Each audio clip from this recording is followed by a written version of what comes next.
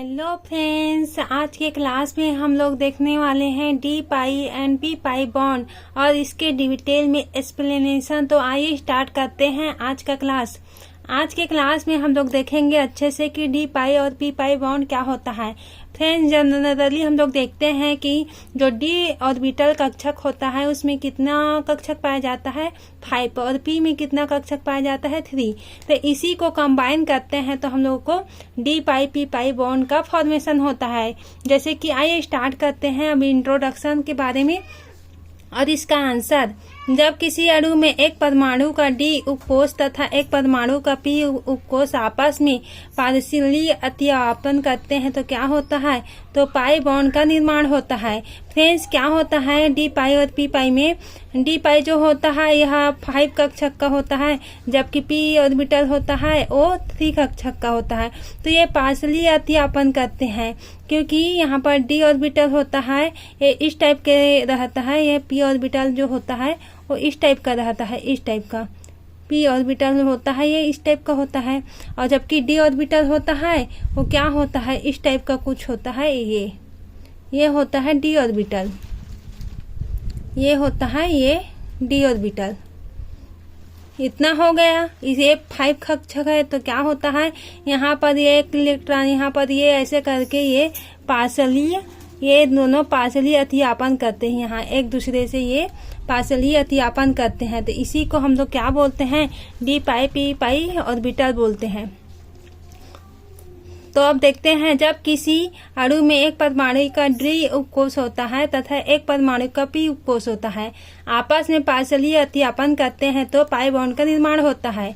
यह pi bond D पाई P pi bond कहलाता है तथा डी पाई पी पाई बॉन्ड बनने की क्रिया को हम लोग क्या बोलते हैं, डी पाई पी पाई बॉन्डिंग कहते हैं।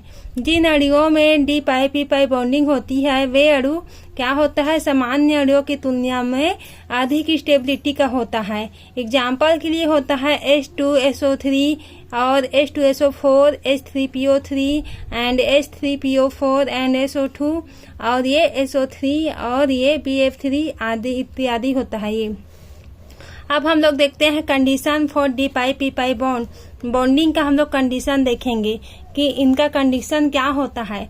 फर्स्ट होता है वो होता है डी पाई पी पाई बॉन्डिंग के लिए मुख्य शर्त होती है, क्या होती है, किसी एक परमाणु का डी कक्षक भरा हुआ न होना चाहिए, जबकि दूसरे परमाणु का पी उपकोष रिक्त होना चाहिए। इसको अपोजिट भी कर सकते हैं फ्रेंड्स। अगर पी उपकोष खाली है तो ये डी उपकोष भरा है, अगर डी उपकोष खाली है तो पी उपकोष भरा हुआ है। तो कहा गया है किसी एक परमाणु का जो होता है वो खाली होना चाहिए और एक परमाणु का भरा होना चाहिए। तो क्या होता है, आपस में पार्शियली अतिव्यापन करता है तो हम लोग को डी पाई पी पाई बॉन्डिंग प्राप्त होता है।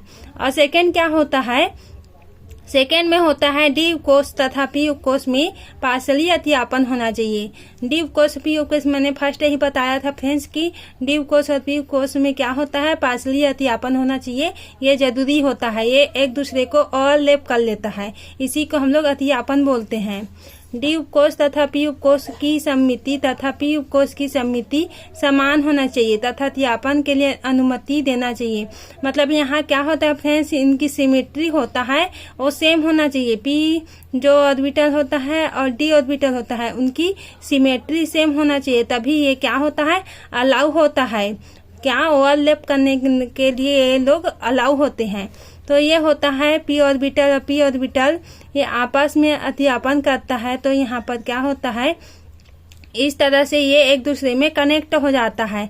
ये सेकेंड स्ट्रक्चर का फॉर्म होता है, फिर थर्ड स्ट्रक्चर का फॉर्म हो जाता है। और जो फोर्थ होता है वो होता है अतिव्यापन अधिकता होना चाहिए। यदि कम अतिव्यापन हुआ तो पाई बॉन्ड का निर्माण नहीं होता है। जो ओवरलैपिंग है फ्रेंड्स पाई बॉन्ड में वो बहुत ज्यादा होना चाहिए। अगर इसमें कम होगा, पाई बॉन्ड में ओवरलैपिंग बहुत कम होगा तो ये अतिव्यापन एक दूसरे में नहीं कम होता है। पाई बॉन्ड निर्माण के लिए हमें क्या होना चाहिए, अतिव्यापन ओवरलैपिंग बहुत ज्यादा होना चाहिए। ये बोला गया है 4th पॉइंट में। 5 पॉइंट में है ओवरलैपिंग जितना ज्यादा होगा बॉन्ड उतना ही प्रबल होगा। अतः डी कक्षक व पी कक्षकों के बीच अधिकतम अतिव्यापन होना चाहिए। फ्रेंड्स, कहा गया है कि जितना अधिक ओवरलैपिंग होगा उतना ही ज्यादा क्या होता है, प्रबल बॉन्ड बनता है, यानी स्ट्रॉन्ग बॉन्ड बनता है। तो डी ऑर्बिटल और पी कक्षक के जो अधिकता होती है उसी कारण दोनों का ओवरलैपिंग अच्छे से हो पाता है। तो यहाँ पर और क्या हो है 6 पॉइंट में दिया गया है कि यदि पी कक्षकों में इलेक्ट्रॉन हो तथा डी कोष रिक्त हो तो क्या होता है, इलेक्ट्रॉन जो होता है P pi and D pi bonding का स्थानांतरण पी कोष से डी कोष में होता है। तो ये कहा गया है फ्रेंड्स कि यदि पी कक्षक में इलेक्ट्रॉन होता है और डी कक्षक में रिक्त होता है तो क्या होता है, एक कक्षक भरा हुआ होता है और डी कोष रिक्त होता है। तो इसमें इलेक्ट्रॉनों की पी पाई डी पाई बॉन्डिंग का स्थानांतरण क्या होता है, पी कोष से डी कोष में हो जाता है। तो यहाँ पर इलेक्ट्रॉन अगर पी कोष में भरा हुआ है, डी कोष खाली है, तो यहाँ पर से इलेक्ट्रॉन का स्थानांतरण डी कोष में हो जाता है, ये बोला गया है। और इसका एग्जाम्पल होता है फ्रेंड्स, इसका फर्स्ट एग्जाम्पल होता है वो होता है मेटल्स कार्बोनिल कंपाउंड। अब मेटल कार्बोनिल कंपाउंड में देखेंगे कि इसका क्या होता है, ओवरलैपिंग किस तरह से होता है। तो क्या होता है फ्रेंड्स, धातु कार्बोनिल यौगिकों में धातु और लिगेंड के मध्य पाई बॉन्ड पाया जाता है जो पी पाई डी पाई बॉन्ड होता है। धातु कार्बोनिल यौगिकों में कार्बोनिल लिगेंड का कार्य करता है और यह अपने इलेक्ट्रॉन युग्म मेटल आयन को दे देता है जिससे सिग्मा बॉन्ड का निर्माण, लेकिन उसके धातु पर इलेक्ट्रॉन का घनत्व बहुत अधिक बढ़ जाता है, जिससे क्या होता है, धातु अपने फील्ड डी से इलेक्ट्रॉन लिगेंड जो होता है वो क्या होता है फ्रेंड्स, अपने फील्ड डी से इलेक्ट्रॉन जो होता है लिगेंड सीओ के रिक्त पी कोष में ट्रांसफर कर देता है, जिससे पाई बॉन्ड बनता है जो डी पाई पी पाई बॉन्डिंग कहलाती है। फ्रेंड्स ये कहा गया है कि अपने जो फील्ड केस होता है, मैंने फर्स्ट ही बताया था, जो खाली ऑर्बिटल है और जो भरा हुआ है, तो भरा हुआ ऑर्बिटल में इलेक्ट्रॉन अगर भरा है तो खाली इलेक्ट्रॉन में चला जाएगा। इस तरह से स्ट्रक्चर में दिया गया है फ्रेंड्स। ये होता है मेटल, ये मेटल होता है, यहाँ पर इलेक्ट्रॉन जो है वो फील्ड है यहाँ पर से। और ये होता है डी ऑर्बिटल, डी में कितने कक्षक होते हैं, 5, तो 5 होते हैं। तो इस तरह से हम लोग 5 बना दिए, 1 2 3 1 2 3 4 5 इस तरह से। और ये क्या होता है, कार्बन होता है और इसमें कितना है, पी ऑर्बिटल है, पी ऑर्बिटल में 3 कक्षक है। तो इस तरह से इसमें इलेक्ट्रॉन अगर भरा हुआ है तो जो इलेक्ट्रॉन है वो पाई बॉन्ड बनाकर यहाँ पर ओवरलैप कर लेता है और यहाँ से सिग्मा बॉन्ड बना लेता है और यहाँ से पाई बॉन्ड बनाता है। अगर डायरेक्ट कनेक्ट होता है तो सिग्मा बॉन्ड होता है और इनडायरेक्ट जैसे कि होता है पार्शली अतियापन होता है तो वो पाई बॉन्ड होता है। तो कहा गया है फ्रेंड्स, जब एक एलिमेंट के पी ऑर्बिटल और दूसरे एलिमेंट के डी ऑर्बिटल के मध्य एक बॉन्ड बनता है तो इस तरह के बॉन्ड को डी पाई पी पाई बॉन्ड कहते हैं। फ्रेंड्स मैंने इसे पहले ही समझा दिया था कि पी ऑर्बिटल और दूसरे एलिमेंट के डी ऑर्बिटल का बॉन्ड बनता है, कनेक्ट होकर के बॉन्ड बनता है। तो इसी को हम लोग क्या बोलते हैं, डी पाई पी पाई बॉन्डिंग बोलते हैं।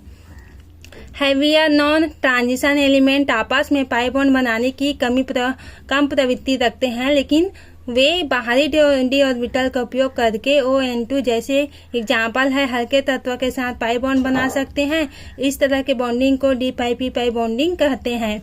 जैसे कि सिंगल होता है फ्रेंड्स, सिंगल अगर जो होता है तो सिग्मा बॉन्ड बनता है, सिंगल बॉन्ड होता है वो सिग्मा बॉन्ड होता है।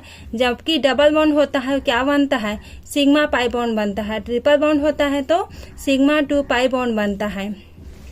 सिग्मा बॉन्ड में कौन कौन आता है, सिग्मा बॉन्ड में आता है फ्रेंड्स जैसे कि एस ऑर्बिटल को हम लोग ऐसे भी लिखते हैं, एस ऑर्बिटल और एस ऑर्बिटल, ये आपस में ओवरलैप करेंगे तो क्या होता है, ये सिग्मा बॉन्ड बनाता है। जबकि एस ऑर्बिटल और पी ऑर्बिटल ये होता है, ये भी ओवरलैपिंग करेंगे और पी ऑर्बिटल और ये पी ऑर्बिटल ये आपस में अगर कनेक्ट होंगे पी ऑर्बिटल तो ये पाई बॉन्ड बनाता है फ्रेंड्स, क्योंकि ये इसमें पार्शली अतियापन होता है। तो कहा गया है फ्रेंड्स कि जो सिग्मा बॉन्ड होता है एस ऑर्बिटल एस पी और यहाँ पर पी पी ऑर्बिटल ओवरलैपिंग करने से बनते हैं। जबकि पाई बॉन्ड क्या होता है friends, P P orbital P D orbital और डी डी ऑर्बिटल के अतियापन से बनते हैं। और यहाँ पर ये दिया गया है फ्रेंड्स, पी डी ऑर्बिटल के मध्य क्या होता है, पाई बॉन्ड होता है, उसे क्या बोलते हैं, पी पाई डी पाई बॉन्ड बोलते हैं। और यहाँ पर जैसे कि एग्जाम्पल में दिया गया है फ्रेंड्स, ये पी ऑर्बिटल है और p ऑर्बिटल होता है, यहाँ पर भी होता है, तो ये आपस में कनेक्ट होगा, तो यहाँ पर से इस तरह से ओवरलैप करके इस तरह से ये फॉर्मेशन हो जाएगा और इसमें पाई बॉन्डिंग का निर्माण होता है। और SO2 का एग्जाम्पल देखेंगे फ्रेंड्स, तो ऐसे में क्या पाया जाता है, 2 इलेक्ट्रॉन जैसे कि यहाँ पर वो रहता है इसमें, और फिर रहता है यहाँ पर सिग्मा पाई, क्योंकि एक बॉन्ड होता है वो सिग्मा होता है, अगर डबल बॉन्ड हुआ इसी में तो ये पाई, तो सिग्मा पाई पाया जाता है। इस तरह से इसमें सिग्मा पाई पाया जाता है। तो इलेक्ट्रॉनिक कन्फिगरेशन देखेंगे हम लोग SO2 का, तो यहाँ पर क्या होता है, S में क्या होता है 16 इसका इलेक्ट्रॉनिक कन्फिगरेशन होता है। तो यहाँ पर नियान को लेते हैं फर्स्ट, और 3s का वर्ग, 3 4 का वर्ग, और O8 का लेते हैं हम लोग, जैसे कि O का लेंगे तो O का इलेक्ट्रॉनिक कन्फिगरेशन क्या होता है 8 होता है। तो ये 1s का वर्ग, 2s का वर्ग, 2 3 4 यहाँ पर होता है वर्ग में। और यहाँ पर हम लोग जैसे कि इसको कराएंगे, इसमें ओवरलैपिंग कराएंगे, तो यहाँ पर से ये इसका दिया गया है स्ट्रक्चर इस तरह से, और इस तरह से इसका इलेक्ट्रॉनिक कन्फिगरेशन है। ग्राउंड स्टेट में इस प्रकार रहता है, जबकि एक्साइटेड स्टेट में इस प्रकार रहता है। तो इस तरह से फ्रेंड्स आज का हम लोग का क्लास यहीं से एंड करते हैं। और डी पाई पी पाई जो बॉन्डिंग है ऑर्बिटल है पूरी तरह से कंप्लीट हो गया है। आप लोग इसे अच्छे से नोट्स बनाओ ताकि आप लोग के लिए हेल्पफुल हो। ये मोस्ट इम्पॉर्टेंट क्वेश्चन है फ्रेंड्स, ये हर साल एग्जाम में आते रहता है, और 2023 में भी आया था एग्जाम में। ये मोस्ट इम्पॉर्टेंट क्वेश्चन है, इसलिए इस वीडियो को मैं लेकर आई थी आपके लिए।